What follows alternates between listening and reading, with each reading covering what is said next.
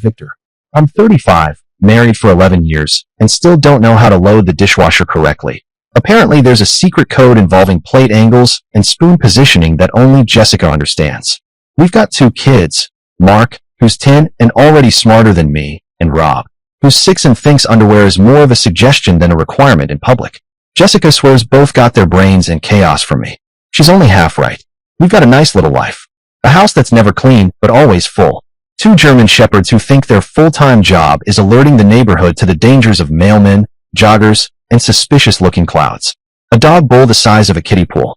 And a car that practically screams, "I have kids," from the snack wrappers, juice boxes, and occasional mystery sock rolling around in the back seat. It's chaos, but it's ours. And honestly, I wouldn't trade it, except maybe the part where the dog shed enough for each week to knit a sweater for a Yeti. But here's the thing no one tells you when you're a grown man with a mortgage and a wife who can see through your soul.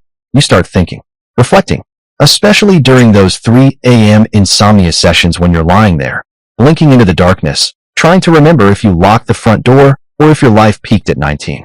And me? I've been thinking a lot lately about this term, alpha male. God, that term. It used to feel like a badge of honor. Now, it sounds like the intro to a TED Talk delivered by a guy selling protein powder and loneliness. I first heard that word when I was 13, but we'll get to that mess in a bit. For now, all you need to know is I spent a long time wearing that alpha title like a leather jacket in July. Looked cool, felt awful.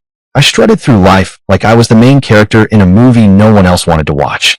Jessica once told me during a fight, because yes, we fight, and no, I don't always win. She said, "You walk around like you're starring in your own documentary. Except no one's filming Victor." She's poetic like that, but I'll give her credit. 11 years, 2 kids, and an impressive ability to call me out on my nonsense without blinking. That's her superpower. Mine, I once installed a shelf that didn't fall down for 3 weeks. Anyway, this story isn't just about marriage or kids or failed DIY projects. It's about that word, alpha, and how chasing it nearly wrecked me, and how letting it go might be the only real alpha move I ever made. So buckle up. This isn't a motivational speech. It's more like a cautionary tale, with snacks. I was 13 when I learned the word alpha, not from a biology class, not from a nature documentary about wolves or gorillas asserting dominance over their tribe. No, I learned it in our living room, sandwiched between a plate of stale crackers and the awkward silence that follows a nuclear family meltdown. It was a Sunday. I remember because Mom made her church face that morning. You know, that expression that says everything's perfect, even though she and Dad hadn't spoken since Tuesday. Anyway, we had family over. Not like warm, huggy family. More like the judge you by your plate size at the buffet type. Aunts, uncles, neighbors who showed up without being invited, because drama travels fast in suburbia. Then boom, Dad walks in, dead calm, holding a photo. The photo. "Would anyone like to see what Cheryl's been up to on her Wednesday afternoons?" he said, as if he were offering dessert. The room froze. Aunt Linda stopped mid-sip of her boxed wine. Cousin Greg paused his 3rd helping of meatballs, fork still in midair. Mr. Kowalski from next door actually took off his reading glasses like this was some courtroom drama he didn't want to miss. "What's he talking about?" whispered Aunt Paula to Uncle Ron, who just muttered, "Shoo, you're gonna miss it." Dad held up the photo. Mom and Mr. Who the hell is that holding hands in what looked like a very romantic Home Depot parking lot. "Classy, is that?" Aunt Linda started, eyes darting to Mom. "Yup," Dad said, almost cheerfully. "Taken last Wednesday. I can show you the timestamp." "Oh my God," Paula breathed. From the corner, Cousin Greg, never one to read the room, went, "Wait, Home Depot? That's where she told me she was getting my birthday gift." Mom's face went pale. Her lips trembled like she was about to say something, but the murmurs in the room rose before she could. Damn, he's a real man. What an alpha move. I didn't even know what alpha meant, but the way they said it, like it came with a prize. Like my dad just won an Oscar for Best Dramatic Confrontation at a family function. And me, 13, hormones flying, brain still forming. I took notes like a nerd in math class. So this is strength, I thought. Expose. Dominate. Control the narrative. Make her cry without yelling. Have the entire room on your side. Stay cool while the world burns around you. It was awful, but damn, it looked powerful. I saw my mom shrink into herself like a lit cigarette burning down to the filter. My dad stood tall, shoulders like a pair of loaded pistols under that battered leather jacket. Arms folded, a half smirk curling up one side of his mouth like he'd been waiting for this scene all week. His eyes, cold, flat, and dangerous. The kind of look that makes a man hesitate before asking for the time. He didn't raise his voice once. He didn't need to. Later that night, the house was silent except for the refrigerator's hum and the occasional groan of the old pipes. Mom had vanished to wherever betrayed spouses go to sob into decorative pillows. I sat at the kitchen table, staring at my hands, feeling like I'd just watched the origin story of a comic book villain. Then he appeared. My dad, backlit by the dim hallway light, cigarette smoke curling around him like ghostly fingers. His boots made that slow, deliberate thunk on the linoleum, each step timed like punctuation. He dropped into the chair across from me, the wood creaking under his weight. You saw what happened? He said, voice low and scratchy, like gravel in a blender. I nodded. He tapped his cigarette against the ashtray, the ember flaring red in the gloom. That's how a man handles betrayal. He took a long drag, exhaled a ribbon of smoke that twisted like a noose in the stale air. With class. The scene looked straight out of Frank Miller's Sin City comic. And you know what I did? I believed him. I believed every damn word. I etched it into my hormonal little brain. Alpha equals strength. Alpha equals control. Alpha equals don't flinch, even if your heart is in a blender. It was my first lesson in what being a man wasn't. But it would take me years, and a few catastrophic relationships, to figure that out. For the moment, I just stared at my dad, smoke curling around him like some tragic Greek god, and I thought, I want to be that. Turns out, that is exhausting. So, after the whole Home Depot cheating scandal and public humiliation extravaganza my dad orchestrated, I walked away with a life-defining lesson. Be alpha. Always. Even though, now that I think about it, my dad never really explained what he meant. He just dropped the mic like, that's how a man handles betrayal, and lit a cigarette like some tragic anti-hero. That's it. That was the entire syllabus. What does that even mean? I'd asked him once. You'll know when the time comes, he said, exhaling smoke like he'd just dropped ancient wisdom. What time? He just looked at me, narrowed his eyes, and muttered, exactly, before walking away. What did alpha even mean? Was there a handbook? A YouTube tutorial? A password-protected PDF? Nope. So, I made it up as I went. I figured it meant, don't cry. Don't ask for help. Don't ever let someone see you doubt yourself. And if your girlfriend wants to talk about feelings, schedule a fake dentist appointment. One time, in 10th grade, my buddy Aaron asked, hey man, you okay? You've been kinda quiet lately. Yeah, I said, doing my best to look like I was contemplating world domination. Just thinking. About what? I tilted my head, squinted at the horizon, and said, stuff. What kind of stuff? You wouldn't understand. By 16, I had perfected the alpha face, that squinty, detached look like I was brooding about the stock market or vengeance. Even though half the time I was just wondering if my math teacher hated me or if I'd left my sandwich in my locker again. I mimicked my dad's stoicism to the letter, arms crossed like I was guarding the secrets of the universe, chin tilted slightly up, as if to say, yes, peasant, you may speak. Hey, you okay? My friend Kyle would ask. Fine. You sure? Yep. Because you've been staring at the vending machine for 5 minutes. Thinking. About. Stuff. Emotions? Forget it.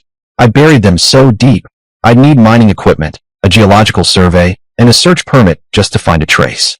Would you like me to now give it that extra punch of what an alpha move in the same comedic tone for flow? Exhibit A, my first high school girlfriend. Sweet girl. Loved to write poems and tell me about her dreams. And me? I just nodded like a therapist who was billing by the minute. One day she said, I just want to feel like you really see me, you know? I said, I see you. You're right there.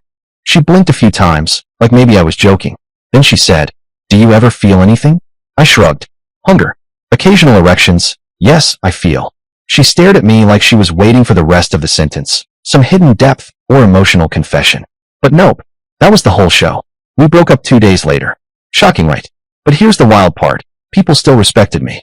Or pretended to. Guys called me cool. Teachers called me serious. My gym coach once said, Victor walks like he's always about to beat someone up. That's just my face, I told him. Yeah, but it works. Intimidation is 90% of fitness, he said. In reality, I was constipated that day. So yeah, from the outside, alpha, confident, in control. From the inside, lonely, confused, emotionally constipated, if not fully comatose. And not once did I pause to think, wait, did Dad actually know what he was doing back then? Or was he just improvising like I was, but with more hair gel and unresolved trauma? But no. Teenage Victor was too busy being a walking statue of masculine excellence to stop and ask questions like, am I happy?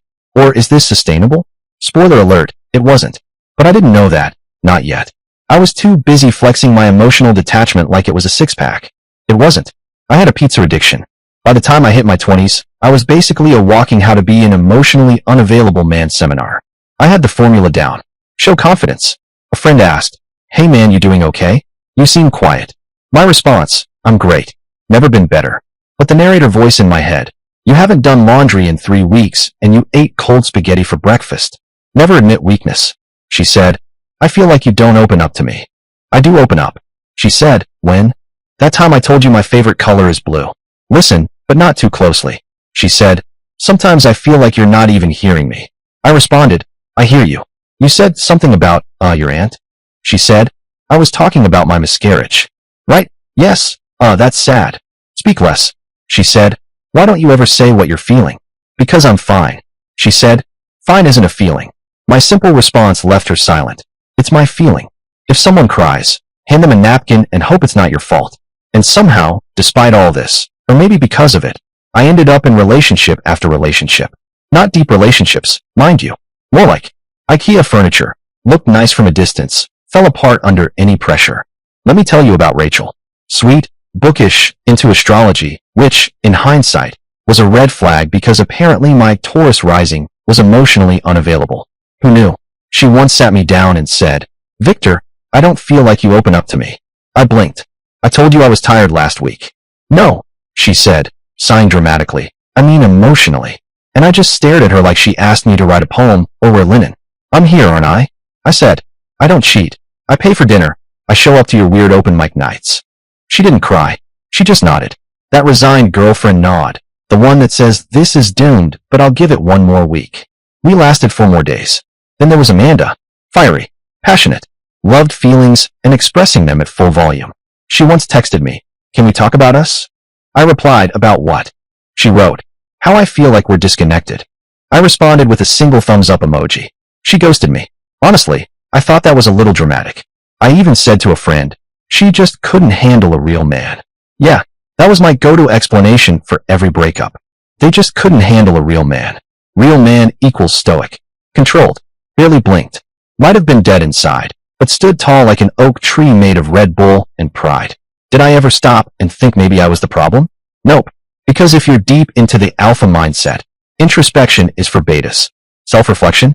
That's just emotional CrossFit for the weak, right? Besides, every time I did show a flicker of emotion, like the time I admitted I missed my dog from childhood, I felt naked, like I had shown someone my browser history. Unacceptable. So instead, I doubled down. I told myself emotions were liabilities. Vulnerability was weakness. And if a woman couldn't appreciate my cold, logical, emotionally hollow approach to romance, well, that was her loss. Spoiler, it was everyone's loss. But again, I didn't know that yet. I was just a 20-something guy with a firm jawline, decent hygiene, and the emotional range of a doorstop. But hey, I was alpha. Whatever that meant. Then came Erica. I mean, she entered my life. Not the other word. Yes. The girl who made me believe I could change, just not in time to avoid disaster.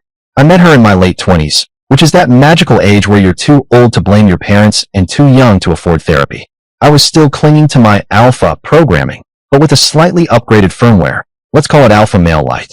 Still confident, still stoic, but now with 20% more emotional nodding. She was different. Smart, grounded, had opinions, and a facial expression for each one. She didn't fall for my usual emotionally distant tough guy act. She called it brooding with a side of avoidance. First date, she asked, "So what's your biggest fear?" I panicked. "Sharks," I blurted out. And, accidentally liking pineapple on pizza. She raised an eyebrow. Not failure? Abandonment? Emotional vulnerability. I sipped my drink like it was holy water. Nope. Just sharks. Big teeth, bad vibes. But somehow, she stuck around. And God help me. I tried. I really tried. I started doing feelings. Like, real ones. I asked how her day was. I remembered anniversaries. I even once said the phrase, "I hear you, and I understand where you're coming from," without dying. Look, for a man who thought emotional intimacy sounded like a venereal disease, this was growth. Over time, I let my guard down. I laughed more. I didn't correct her when she called me sweet. I stopped referring to myself in third person like a discount motivational speaker. 2 years. That's how long we lasted. 2 whole years of me pretending I wasn't terrified every time she said, "Can we talk?" And you know what? It was nice. Actually nice. We'd have dinner without power dynamics. Cuddled like normal people. Once, she cried during a movie and I held her. On purpose. And I started to think, hey, maybe this balanced man thing is doable. Maybe you don't have to be 100% alpha all the time. Maybe I don't need to control everything or win every argument or hold in a fart during a 3-hour movie just to maintain dominance. I actually thought I was healing. I actually thought I was evolving. I actually thought this was the one. Bless my dumb, trusting heart. Turns out, while I was out here discovering my inner, balanced man, she was discovering Steve's sexual capabilities, her just a friend, with suspicious biceps and an acoustic guitar. Yeah, Steve. Nothing says betrayal like a man who wears scarves indoors and plays John Mayer covers at brunch. If betrayal had a face, it'd be his smug, shampoo commercial jawline. How did I find out? Simple. Her phone lit up while she was in the shower. I glanced over without even meaning to, because let's be honest, when a phone lights up, we all look. A preview of a message popped up. Steve, last night was amazing. You were awesome. I mean, really? Awesome. What is this? A Yelp review for infidelity. Was there a star rating too? Now, old me, full alpha mode, would have gone full scorched earth immediately. Yelled, slammed doors, possibly flipped a chair for theatrical flair. But new Victor? Balanced Victor? I decided to go with precision pettiness. Because if you're going to get cheated on, you might as well get revenge in HD. I invited her to a casual game night at our place. She said, oh fun, who's coming? Oh, you know, everyone, I said, smiling like a shark at a pool party. Our mutual friends arrived, snacks in hand, vibes light and unsuspecting. Erica laughed, sipped wine, tossed her hair like someone who wasn't about to have her social life napalmed. Then I stood up, clinked a glass like I was about to give a wedding toast, and said, hey, while we're all here, there's something I've been meaning to share. She froze. Steve, yes, she invited him too, ballsy, tense like a nervous squirrel on a power line. I pulled out my phone. Let's play a fun new game. It's called Guess Who's Been Sleeping with My Girlfriend. I held up the screen. Dead. Silence. You could have heard an ego deflate from across the room. Someone dropped a Dorito. It hit the floor like it was filing for divorce. Erica's face? A masterpiece. Somewhere between guilty raccoon and surprised lizard. She blinked once, twice, then smirked. Smirked. And she said, get this. You're not the alpha anymore. That's why. Boom. Like someone slapped my soul with a frozen ham. I didn't even know what to say. I had just gone full Sherlock Holmes. Calmly, methodically, and with a disturbingly satisfying flair, exposed her in front of 10 people, complete with receipts, timestamps, and a dramatic point at Exhibit C. And she hit me with, you lost your edge. Like this was some kind of twisted reality show called America's Next Top Predator, and I'd been voted off for not baring my metaphorical fangs enough. I laughed, out loud. The kind of laugh that's half, haha, and half, oh god, I'm dying inside.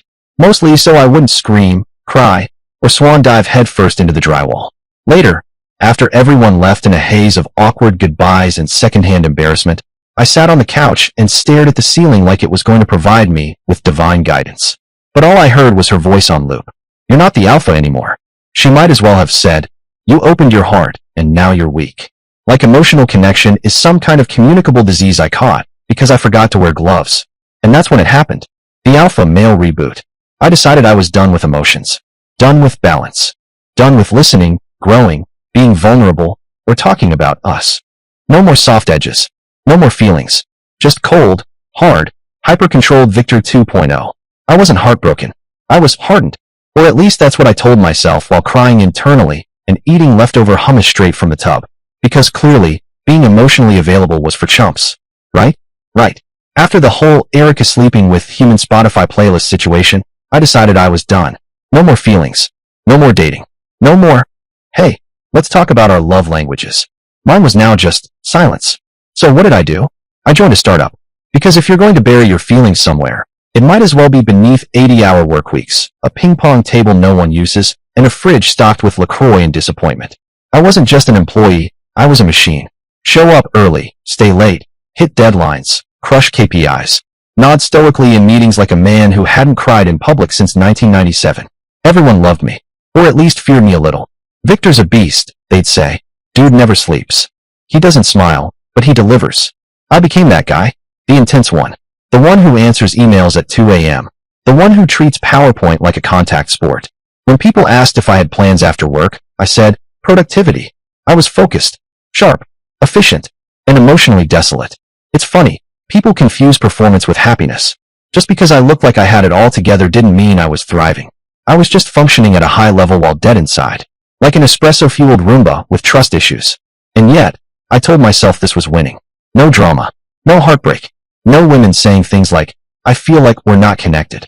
Just Gantt charts, code deployments, and the soothing sound of Slack notifications at midnight. One guy in the office once said to me, "Hey man, do you ever, do anything for fun?" I blinked. "You mean outside of Excel?" He laughed. I didn't. It's not that I didn't notice the loneliness creeping in. I just didn't have time for it. I scheduled sadness for Sundays between laundry and pretending to meal prep. There were nights I'd sit alone in my apartment, everything perfectly clean, fridge perfectly empty, and I'd think, is this it? Then I'd shake it off. Nope, not weakness, just low blood sugar. Because Alpha Victor doesn't need connection. He thrives on isolation, structure, and caffeine. Or so I told myself. Every single day, I was doing just fine. Emotionally dead inside, yes. Living off black coffee and corporate Slack threads? Sure, but fine. No attachments. No drama. Just me, my deadlines, and a slowly hardening heart. And then, Jessica. She joined the company as a consultant. You know the type. Walks in like she owns the floor, drops one sarcastic comment, and somehow has everyone both laughing and questioning their life choices. She wore these loud earrings. Dangly things. With feathers. Who wears feathers to a budget review? The first time I saw her, I instinctively did what Alpha Victor 2.0 was trained to do. Ignore the vibe and stick to my color-coded task board. She stuck out her hand. Hi, I'm Jessica. I'm here to figure out why half this place is on fire and the other half thinks it's fine. I shook her hand like she had germs. Victor, I do dev work. She smirked. Oh, the silent brooding guy. I've heard of you. Already. I hated how quickly she saw through me. Over the next few days, she kept popping up. Meetings. Project briefs. Hallway coffee ambushes. Victor, blink twice if you've experienced joy in the last year. She'd say with that infuriating grin. I resisted. I had walls. Fortified ones. With sarcasm-laced barbed wire. Whenever she'd ask anything remotely personal, I'd deflect like a champion. Do you ever take vacations? Why? So I can pay to have anxiety in a different zip code. Ever been in love? I love when the Wi-Fi doesn't cut out during Zoom calls. That count. She laughed way too easily. She'd make these offhand observations that pierce straight through my emotional bulletproof vest. Like the time she leaned across the conference table and said, "You know, for someone who talks about nothing, you sure look like you're carrying a lot." I nearly choked on my third cup of coffee, but I wouldn't let her in. Nope, not again. Been there, got cheated on, emotionally ghosted myself, and now lived on Google Calendar in spite. She was everything Erica wasn't. Funny without trying, blunt without cruelty, and weirdly good at saying things no one else had the guts to say. Like some kind of emotionally intelligent assassin. Still, I kept my distance. Mostly. Okay, I started looking forward to her voice in meetings. And her eye rolls. And the way she didn't pretend to care about office politics. But that didn't mean anything. Because I was still in recovery. From feelings. From hope. From feather earrings and warm humans who make you feel things and then destroy you. So, I made a rule. No interaction unless work-related. Simple. Clear. Unbreakable. Until it wasn't. Somehow, despite my best efforts, Jessica kept sticking. At first, it was small things. A shared joke during a status call. A sarcastic side-eye when someone said, "Let's circle back." She once drew a stick figure of me labeled emotionally constipated tech lead and left it on my desk. I kept it. Pretended I didn't. But I did. Conversations started happening. Real ones. Honest ones. Sometimes uncomfortable, like picking at an old scab you forgot you had. We'd argue. Constantly. You can't just shut down every time someone disagrees with you. My response, it's called protecting my peace. Maybe you've heard of it. No, it's called sulking in 4K. Or, I said one day, not everything needs to be emotionally unpacked like a TED Talk. Her response, yeah? Maybe if you did unpack once in a while, you wouldn't be walking around like a pressure cooker with Wi-Fi. Touché. But the thing is, I liked it. The banter. The pushback. The way she didn't try to fix me, but didn't buy my bullshit either. And then came the moment. We were in the break room. She was microwaving something that smelled aggressively healthy. Quinoa and betrayal, probably. I was drinking my usual, bitter coffee and silent judgment. She brought up something I said in a meeting, some chest-thumping speech I'd made about leadership means showing strength at all times. She stared at me over her Tupperware like I'd grown a second head. You know that whole alpha man routine you do? You say it like it's a badge. It's actually a muzzle. I blinked. Excuse me. She set her food down. You walk around like feelings are some kind of contagious disease. Like if you admit you're hurt, your man card gets revoked. I scoffed. Oh please. That's not what I... Jessica cut me off. Oh, it so is. You perform like you're in a one-man Wolf of Wall Street reenactment. All grit, no grief. You think that makes you strong. I tried to laugh. You done psychoanalyzing me? Should I lay on a couch next? No couch needed. Just maybe stop pretending you're made of stone when clearly you've been cracked since 2017. It was so quiet you could hear the quinoa dying. She wasn't yelling. Wasn't even smug. Just sincere. Which honestly made it worse. Because damn it, she wasn't wrong. That alpha persona I'd wrapped around myself like a Kevlar vest? She saw straight through it like it was one of those knockoff Halloween costumes. You know, CEO, but make it sad. And for the first time in years, I didn't feel attacked. I felt seen. Like someone had finally called my bluff, and instead of folding, I felt this weird urge to double down. But not in the usual way. Not to defend the performance, but to start dropping it. She turned back to her lunch. You're not fooling anyone, Victor. Least of all yourself. And then she walked out, leaving me standing there, holding my coffee, and the sudden realization that I might have been playing the wrong character in my own life. It wasn't some fireworks in the sky kind of epiphany. More like a slow brain reboot. Like when your laptop freezes, and you just keep pressing Control plus Alt plus Delete and praying. Jessica didn't change me overnight. But she didn't let me get away with my usual bull either. We talked. Really talked. The kind where your brain sweats and you suddenly realize, damn, this person isn't going to let me off the hook. One night, we were sitting on the floor of my apartment, half-eaten takeout between us, and she asked, what did you want to be when you were 10? Tall, I said. She smirked. That explains the posture. I sighed. No, really. I wanted to be someone people respected. Like my dad. He walked into a room, and everyone just stopped talking. Like God had entered. Sounds exhausting. It was terrifying. But it looked powerful. Jessica just nodded. So, you copied the power walk, but skipped the emotional bankruptcy part. I laughed. Actually laughed. And admitted, I never saw him cry. Not even at my mom's funeral. That's not strength, Victor. That's repressed trauma with good tailoring. And for the first time, I didn't argue. We kept peeling the layers back, week after week. She told me about her childhood, her mom's disappearing acts, her dad's silence, and how she swore she'd never settle for someone who shut her out. She didn't want a provider. She wanted a partner who showed up with his heart, not just his wallet and a well-timed grunt. So I listened. Like, actually listened. Not the fake. Yeah, sure babe, while checking Slack. I asked questions. I learned that support sometimes means sitting in silence, and sometimes means ugly crying into a burrito at 2 a.m. Of course, it wasn't all smooth.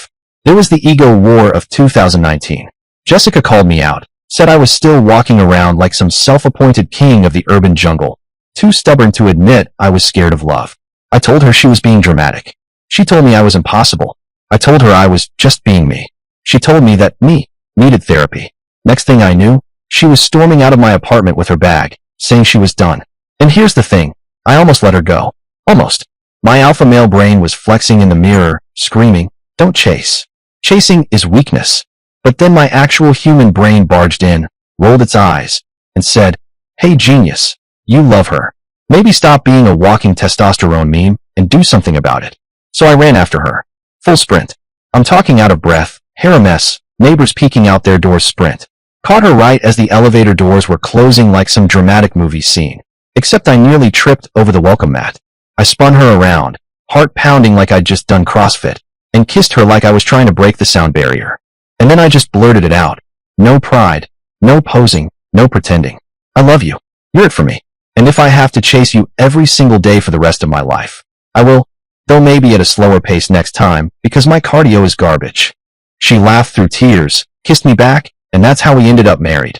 No big show, no alpha chest thumping.